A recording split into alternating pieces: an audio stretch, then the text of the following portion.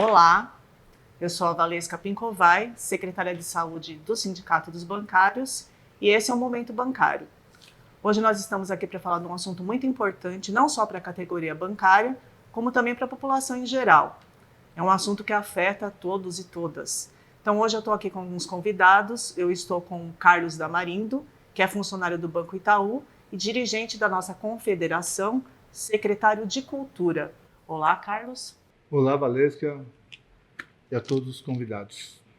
Estou também com a Vanessa. A Vanessa ela é funcionária do Banco Santander, coordenadora da Comissão de Funcionários e dirigente da Federação dos Bancários da CUT. Olá, Vanessa. Olá, olá a todos e todas.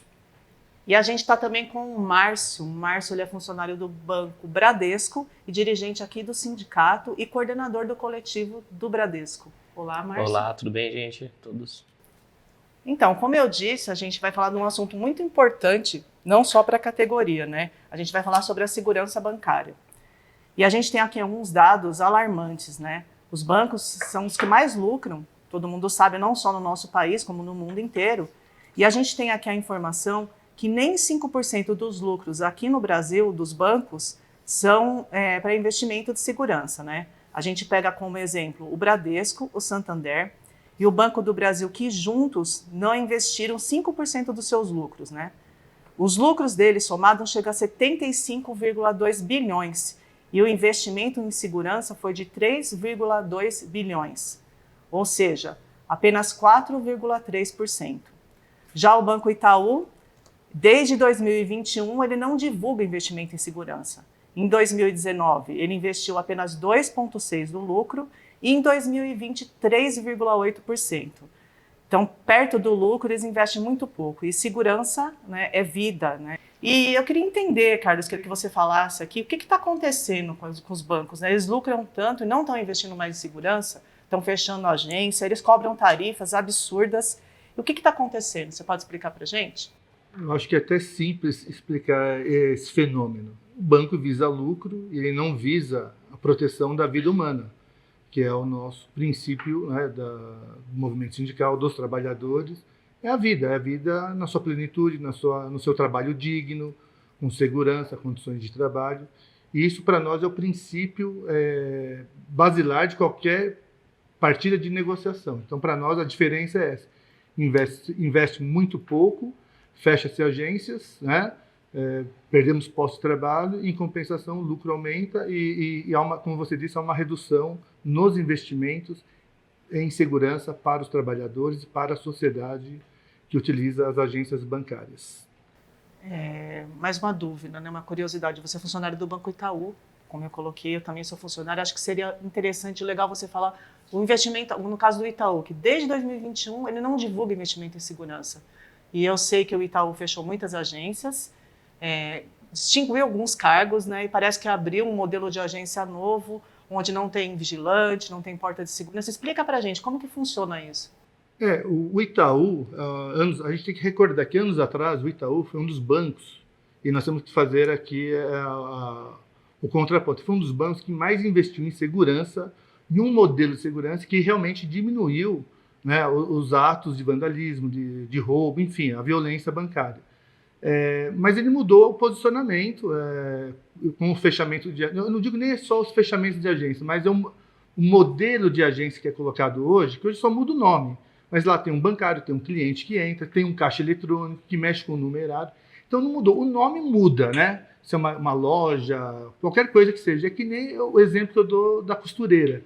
Hoje você fala assim, eu vou na costureira, eu vou no ateliê de costura, mas a atividade é a mesma, da costureira. E do bancário, numa agência bancária, é uma agência que permeia, ela é de alto risco, né? Porque chama a atenção não só de bandidos, mas de um cliente mal-humorado que chega a agredir um bancário, uma bancária. Então, nós temos vários tipos de violência.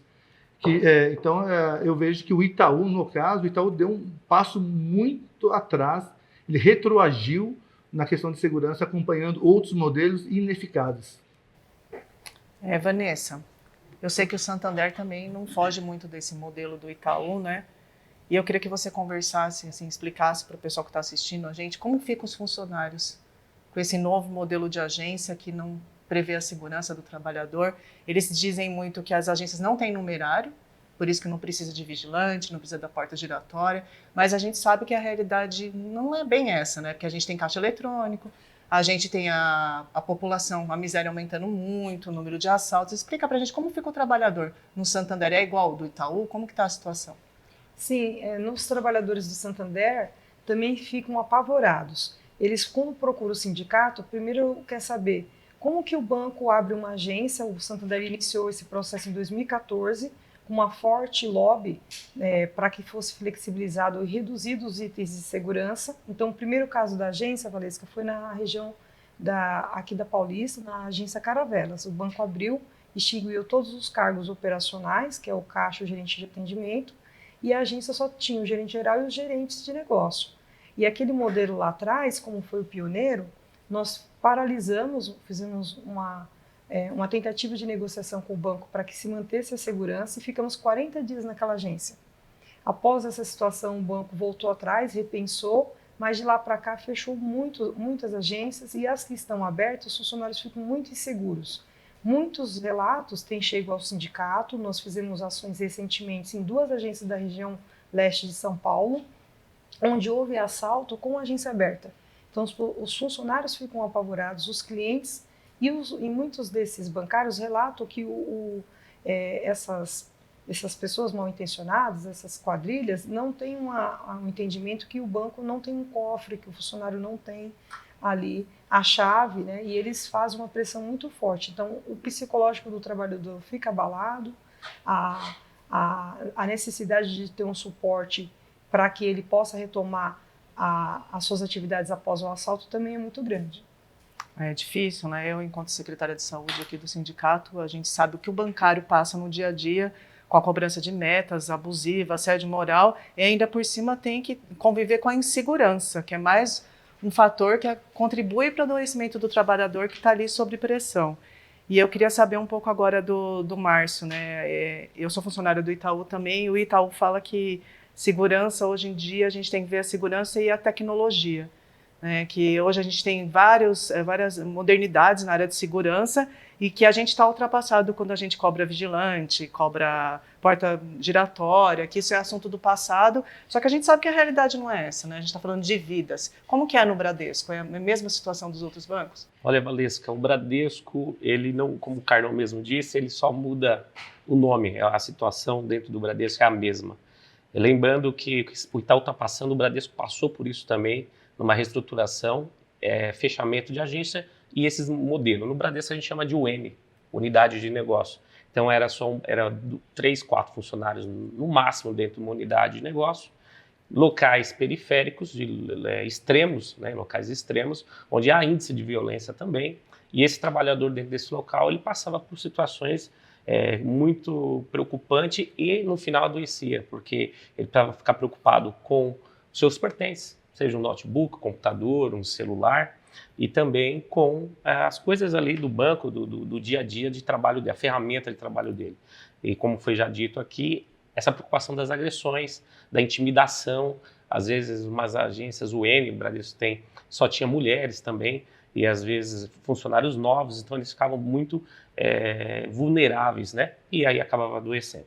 Um dado importante da saúde, que esse pessoal que se adoece, fica adoecido, é porque o banco, que ele não dá nenhuma condição, nenhum suporte a esse trabalhador.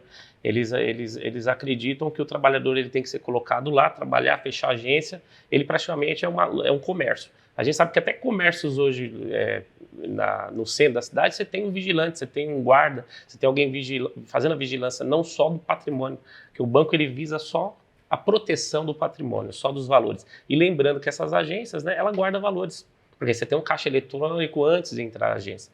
Então é uma preocupação que o Bradesco já teve, e mesmo fechando as agências, tem essas situações também que ocorrem atualmente. Eu não sei se você já presenciou algum caso assim, mas no caso do Itaú, nós visitamos uma agência sem o caixa, né? que o cliente chegava e ele queria pagar uma conta de qualquer jeito. E muitas vezes os funcionários eram agredidos. Não sei se aconteceu isso Sim, no Bradesco também. exatamente, já aconteceu. Porque o que o Bradesco fazia? Ele incorporava algumas agências. Então ele fechava aquela agência UM e uma próxima de 3, 2 quilômetros tinha uma outra agência. Então quando o cliente, que é o cliente ou a sociedade, porque o banco é uma concessão pública, ele tem que ser atendido, e ele não quer saber se tem caixa ou não quer, ele tem que entrar dentro de uma agência bancária e ser bem atendido porque ele paga a tarifa.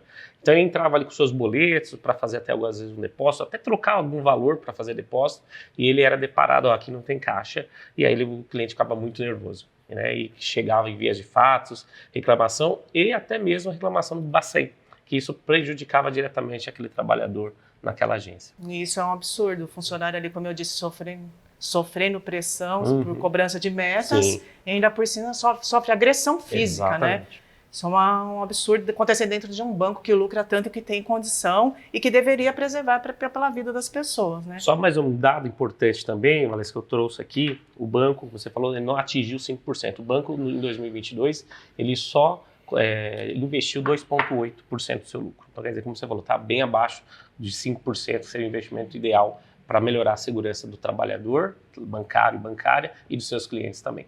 E o banco só visa a proteção do seu bem, patrimônio, que é o dinheiro, enfim. Só pensa no dinheiro. Mas agora eu queria saber um pouco do Carlos, que o Carlos ele acompanha, né, as negociações de segurança, acompanhou por um bom tempo, nas reuniões com a Polícia Federal. Eu achava legal você falar um pouco para o pessoal que está assistindo como que funciona, Carlos. Como que funciona essa questão? Porque a agência bancária ela tem que ter um plano de segurança aprovado. Os bancos cumprem esse plano de segurança? Como que está isso hoje? Então, Valesca e as pessoas que estão nos assistindo, é um tema muito complexo, né, para a gente tentar resumir, mas eu vou tentar ser bem breve. No governo anterior, foi desmontada a Comissão Consultiva para Assuntos de Segurança Privada, a famosa CECASP, que participam ali os bancos, os representantes dos bancos, das empresas de transporte, o Ministério da Justiça, o Exército, a Polícia Federal. E nos estados tem as DELESPs, que são as delegacias especializadas em segurança privada. Então foi desmontada esta comissão. A discussão maior dos itens de segurança, que são obrigatórios pela Lei 7.102, que ela diz que tem que ter 2 itens obrigatórios dentro de uma agência bancária. Só que a lei é muito antiga, então ela não coloca o modelo de agência de negócios, né, como a do Bradesco, a do Santander, a do Itaú, enfim. Isso para nós é o de menos. O que há uma distorção que a lei fala que tem que ter esses 2 itens de segurança, que são os vigilantes e alarme, e outras opções. E os bancos, quando eles querem mudar o seu modelo de negócio, eles procuram a Polícia Federal no seu estado para que se altere o plano de segurança. Infelizmente, com o desmonte dessa comissão, e ficou parado lá no Congresso Nacional a discussão do Estatuto da Segurança Privada, que inclui os bancos, dá brecha para que os bancos mudem e convençam de forma muito fácil a Polícia Federal, dizendo que essas agências de negócios ou lojas não movimentam numerário. Isso é uma inverdade, movimenta numerário, né? Então, ela tem numerário. E mesmo que não tivesse, ali deveria ter vigilantes, porta, para inibir qualquer tipo de crime. A pergunta que eu deixo até para a gente refletir é por que nos prédios administrativos do Santander, do Bradesco, do Itaú, do Banco do Brasil, é espalhado de segurança, é espalhado de câmeras, catracas, porque lá tem, por que nas agências, tanto periféricas como da classe média alta, não se tem? Esse é o grande questionamento que nós temos. Porque para um grupo de trabalhadores tem, porque tem seus executivos, e na ponta de base, que são as agências que atendem a população, não tem segurança. Essa é a minha indignação, que eu não me conformo com essas mudanças de plano. No shopping também tem, né? No shopping, você tem a segurança do shopping. Enfim, são mudanças que não nos convence e não convence o trabalhador, que está ali na ponta. Porque tem a agência bancária, que é loja de negócio dentro do shopping, tem o vigilante. Tem o vigilante. Além da segurança do shopping. Exatamente. Porque o risco é iminente, é um risco. A atividade bancária é uma atividade de risco. De morte do trabalhador, de um cliente, enfim. São várias modalidades de crimes que acontecem nas agências bancárias, tanto crimes eletrônicos, furtos, roubos, explosão, há uma infinidade, sequestros de trabalhadores. Então é isso. No nosso ponto de vista, tem que se investir mais e a Polícia Federal e o governo têm que mudar o seu entendimento, que caixa eletrônico é guarda de numerário, é um cofre. É isso, eu penso dessa coisa, é muito simples. Tem mais um fator que, pelo menos no Itaú, eles falam que a compensação mesmo do caixa eletrônico não é feita nas agências, né? Que chega uma empresa, retira o dinheiro, só que a gente sabe que a realidade não é essa. Algumas agências continuam fazendo essa compensação e mexendo com o dinheiro ali dentro, né? Então isso é uma inverdade. Mas agora eu queria saber um pouco da Vanessa. Vanessa, vocês chegaram a tentar negociar com o banco o retorno dos vigilantes, a questão da segurança? O que o banco fala para vocês? Você que é representante da comissão de funcionários? Sim, nós tentamos, na ocasião especial, depois dos 40 dias que ficamos lá na Caravelas, o banco sentou com o movimento sindical e recuou na implementação. Mas ele continuou com as pressões nos órgãos, na própria legislação, para que flexibilizasse esse modelo. E a partir daquele momento, meados já início aí dos anos 2018, ele passou a implementar no shopping, alegando que o shopping center tinha segurança e a agência não precisava de segurança. A gente observou que houve muitos assaltos nesses locais e viu a fragilidade do banco, porque além daquele modelo Santander convencional, que só tinha área comercial, o modelo Work Café, que é um modelo mais elitizado, colocava em risco, além dos trabalhadores bancários, outros segmentos, por exemplo, cafeteria, funcionários terceirizados que circulavam naqueles ambientes, e o banco, mesmo assim, insistiu nesse modelo. E a alegação do banco, qual foi, Valesca? Que ele investiu um pouco mais em tecnologia. Então, a câmera que antes só filmava, ela passou a ter uma captação de som mais ampliada, ela passou a ter um acompanhamento na sala de segurança que fica no radar do banco, 24 horas, e aquele investimento muito alto em tecnologia e também acompanhando o Itaú com a terceirização dos caixas eletrônicos, fez com que o banco, entre aspas, reduzisse esse custo. É o que o Itaú falou para a gente também, que é a modernidade, né? A questão da tecnologia, que a gente está ultrapassado em insistir na questão dos vigilantes e da porta giratória. Mas agora eu queria que o Márcio falasse um pouco para a gente sobre o que os clientes acham da situação da agência bancária hoje, que é lotada, sem funcionário, sem segurança, né? O que eles falam sobre isso? Valesca, a situação é degradante. A gente vamos nas agências, os funcionários eles estão ali sobrecarregados, que são agências que fecharam. O Bradesco está passando por uma reestruturação de fechamento de agências, inclusive essas UNs, que são agências de negócios. Me recordou aqui até numa atividade do sindicato em 2019, que nós fizemos na Zona Leste, exatamente por segurança. Uma agência foi assaltada porque ela não tinha porta de segurança, eram pessoas que estavam ali uniformizadas como se fosse de manutenção, e naquele dia o sindicato deu um grande avanço, conseguiu instalar uma porta de segurança que o Bradesco verificou a necessidade.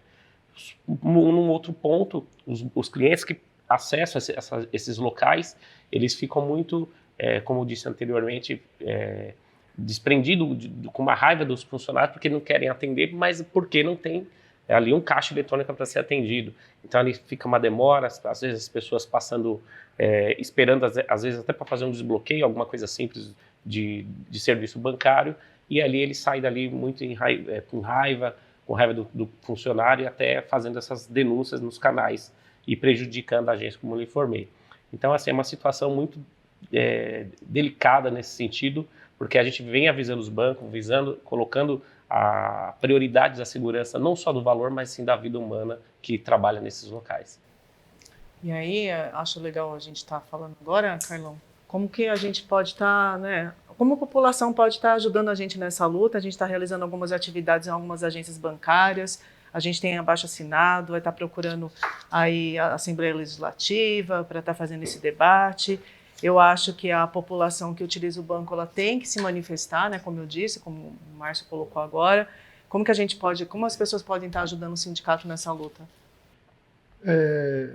Primeiro que eu acho que o sindicato acertou de fazer o baixo-assinado, de procurar audiências junto ao governo do Estado, Secretaria de Segurança Pública, porque há muita subnotificação desses crimes. O baixo-assinado, eu acho que ele tem que extrapolar o Estado de São Paulo, ele tem que percorrer o Brasil todo, porque o problema é no Brasil todo, em todos os bancos. Nós temos que pautar imediatamente, urgentemente, o governo federal, o Ministério da Justiça, porque ele lançou agora, recentemente, uma portaria 18.045, e eu já observei na minha leitura, como ela é muito ampla, tem alguns defeitos.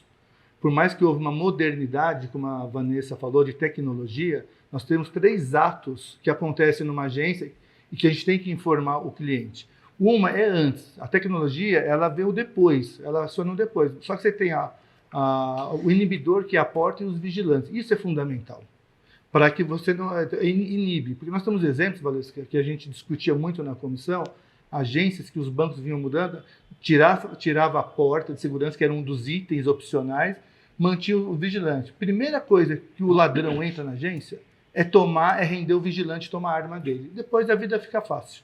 A porta inibe, porque você tem o detector de metal. Enfim, a tecnologia é importante para apurar, depois fazer as investigações necessárias, que eu acredito que seja importante. Mas é isso, nós temos que procurar o governo, o governo tem que restabelecer a Secasp, que foi desmontada, como eu disse em outro momento, para que a gente possa, a sociedade civil possa se manifestar. Porque hoje o cliente, ele é a vítima, é uma das vítimas do sistema. Ele não tem agências que mudam, distâncias, tem que sair de um bairro, andar com o seu dinheirinho, seu benefício, ou ele tem que procurar uma lotérica, enfim. Há um desmonte, há uma mudança muito grande no sistema financeiro, que os problemas continuam, porque a segurança é tanto numa agência bancária, como é no correio, como é numa lotérica, enfim. O deslocamento, o fechamento de agências nos bairros, o Márcio ele atua na Zona Leste de São Paulo, é absurdo. Nós temos uma mobilidade muito ruim nessa cidade, em outras também, então há uma complexidade muito grande e um facilitador muito grande para o ladrão. Então a sociedade tem que se manifestar junto com o movimento sindical, queremos mais agências para atender a população, queremos segurança, e esse baixo-assinado ele trata disso. Entendeu? Então, eu acho que ele é importante envolver a sociedade, envolver o cliente, que é o que paga tarifas altíssimas para os bancos e são mal atendidos. E não é culpa do bancário, porque não tem bancário para atender e não tem agência. Essa que é a grande situação que a gente vive hoje, não só aqui no estado de São Paulo, aqui na capital, mas no Brasil todo, é o que a gente observa. E o número vem crescendo cada vez mais de violência nas agências, contrariamente ao que a FENABAN diz. Vem aumentando todo dia. Há informações que a gente pega nos dados nacionais, que a gente monitora, como se fosse um observatório, que vem aumentando a violência nas instituições bancárias de modo geral. Era isso. Então, eu acho que a violência no país ela aumentou não só nas instituições bancárias, Por isso que a gente exige a segurança. Eu acho que a miséria do país, infelizmente, aumentou com o governo passado, com a pandemia. E a gente está tentando administrar e se recuperar agora, com esse novo governo. Então, eu acho que é essencial que a gente olhe, para essas situações, para que o bancário não fique vulnerável. E assim, infelizmente, a gente está chegando ao fim do programa. Eu queria agradecer a participação de vocês. Eu vou passar para vocês agora para dar uma saudação final, deixar um recado. Então, eu passo para o Márcio. Obrigado pelo convite, nesse momento bancário nosso. E, pessoal, vocês que passarem ou precisar de acesse o nosso site com qualquer tipo de denúncia, lembrando que qualquer trabalhador hoje que passe por uma situação dessa vulnerabilidade que nós discutimos hoje aqui, é obrigatório sim o banco abrir o ACAT, que é o Comunicado de Acidente de Trabalho. Então acesse o nosso site, procure o dirigente sindical ou o assessor, conte com o sindicato. Obrigada, Márcio. Vou passar para a Vanessa agora. Obrigada, Vanessa. Obrigada pelo espaço. É um tema muito importante a questão da segurança, porque impacta diretamente a saúde. E nós, mulheres, também somos a maioria nos bancos privados. Então, você que passou por qualquer situação, seja ela que impactou a sua vida emocional, ou mesmo foi ali alguma situação mais difícil na agência, procure o sindicato. Nós temos uma Secretaria de Saúde à disposição para lhe auxiliar. Além disso, também contamos com o apoio psicológico por parte do Santander. São oferecidas 3 sessões com um psicólogo, mas sabemos que é muito pouco. Temos que avançar ainda muito nesse tema. Obrigada, Vanessa. Vou passar para o Carlos. Eu acho que é isso, eu acho que esse programa ele vai trazer uma reflexão muito grande, como a Vanessa falou, o Márcio, você, Valesca, usar o canal de denúncia do sindicato. Não se intimidem, o bancário, o cliente pode procurar o sindicato, defesa do consumidor. Nós temos vários órgãos que a gente tem que pressionar os bancos. O nosso papel é esse. O canal de denúncia, que a gente tem que dar uma ênfase maior dentro do sindicato, ele é para isso também, né? Não é só para o assédio moral, é para a questão da segurança também, o que ocorre no local de trabalho, porque é o bancário, a bancária que está lá no dia a dia que tem que trazer isso para nós, né? Então é isso, eu agradeço aí a participação, é um tema muito complexo e nós vamos ter que, acho, fazer outros programas, porque é muito amplo e a gente tem que discutir isso com mais seriedade na sociedade. Obrigada para quem ficou com a gente assistindo. Infelizmente, esse é um assunto muito sério, como meus colegas colocaram. Trata-se da saúde do trabalhador bancário, que vem agravando cada vez mais. Hoje a gente tem 82% dos bancários aqui na cidade de São Paulo que se afastam do local de trabalho por doença psicológica. E juntando essa questão da insegurança, é uma coisa muito grave. Os bancos, como o Márcio colocou, não respeitam, não abrem o comunicado de acidente de trabalho quando o trabalhador passa por um assalto, não dão um apoio psicológico, não fazem um acompanhamento. Então é importante que o trabalhador comunique o sindicato quando ocorra algum tipo de violência nesse sentido, use o canal de denúncias, como foi colocado, fique sócio do sindicato para fortalecer a nossa luta. E esse foi mais um Momento Bancário. Até a próxima.